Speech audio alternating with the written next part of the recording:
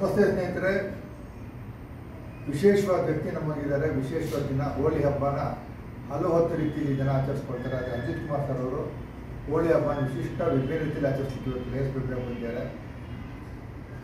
ಕತ್ತರ ಬಣ್ಣ ಕೆಂಪಾದರೂ ಅದಕ್ಕೆ ಜಾತಿ ಇಲ್ಲ, ಭೇದ ಭಾವನೆಗಳಿಲ್ಲ. ಆದರೆ ತಾವೊಂದು ಬ್ಲಡ್ ಡೊನೇಟ್ ಮಾಡಿ ಬೇರೆ 3 ಜನ ಪೇಷಂಟ್ ಪ್ರಾಣ ಉಳಿಸ್ತಕ್ಕಂಥ ಮಾತುಕತೆ ಅಜಿತ್ ಕುಮಾರ್ ಸರ್ ಅವರು busy schedule, event management busy ಹಾಗೂ ರಾಜಕೀಯದ ಒತ್ತಡಗಳ ಕೆಲಸಗಳ ಮಧ್ಯೆ ಕೂಡ ಫ್ರೀಯಾಗಿ ಮಾಡ್ಕೊಂಡ್ಬಂದು ವಾಲಂಟಿಯರ್ ಬ್ಲಡ್ ಕೊಟ್ಟಿದ್ದಾರೆ. ಇವರೊಬ್ಬರು ಬ್ಲಡ್ ಕೊಡೋದ್ರಿಂದ 3 ಜನ ಪೇಷಂಟ್ ಪ್ರಾಣ ಉಳಿತಿದೆ. ಇವ್ರಿಗೆ ಲೈಫ್ ಸೇವರ್ ಅಂತ ಹೇಳಿ ಬಹಳ ಹೆಮ್ಮೆ ಆಗುತ್ತೆ. ಯಾಕಂದರೆ ಅವರೊಬ್ಬರು 1 ಸಲ 2 ಸಲ 3 ಸಲ ಕೊಡ್ತಾರೆ. 39 ಬಾರಿ ಬ್ಲಡ್ ಕೊಟ್ಟು ಪೇಷಂಟ್ ಪ್ರಾಣ ಉಳಿಸ್ತಕ್ಕಂಥ ಮಾತುಕತೆ ಕೆಲಸ ಮಾಡಿದ್ದಾರೆ. ಯಾಕಂದ್ರೆ 1 ಸಲ ಬ್ಲಡ್ ಕೊಡೋ 3 ಜನ ಪೇಷಂಟ್ ಪ್ರಾಣ ಉಳಿತಿದೆ. ಇದು ಇಂತಹ ಮಾತುಕತೆ ಮಾಡಿ ಲಯನ್ಸ್ ಬ್ಲಡ್ ಬ್ಯಾಂಕ್ ಇದು ಕೈ ಜೋಡಿಸೋದಕ್ಕೆ ಡಾಕ್ಟರ್ ಪ್ರಕೃತ್ ಸರ್ ಇವ್ರಿಗೆ ಆಧಾರ ಮಾಡಬೇಕು ಅಂತ ಕೇಳ್ತೀನಿ. Thank you sir. Blood donation ಬಗ್ಗೆ ಹೇಳ್ಬೋದಾ? ಖಂಡಿತವಾಗ್ಲೂ ಸರ್, ಜನಗಳಿಗೆ ಅವೇರ್ನೆಸ್ಸು ಭಾಳ ಕಡಿಮೆ ಆಗಿದೆ.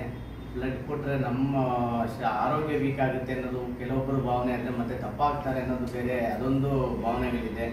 ಆದರೆ ಅದು ಯಾವುದೂ ಇಲ್ಲ.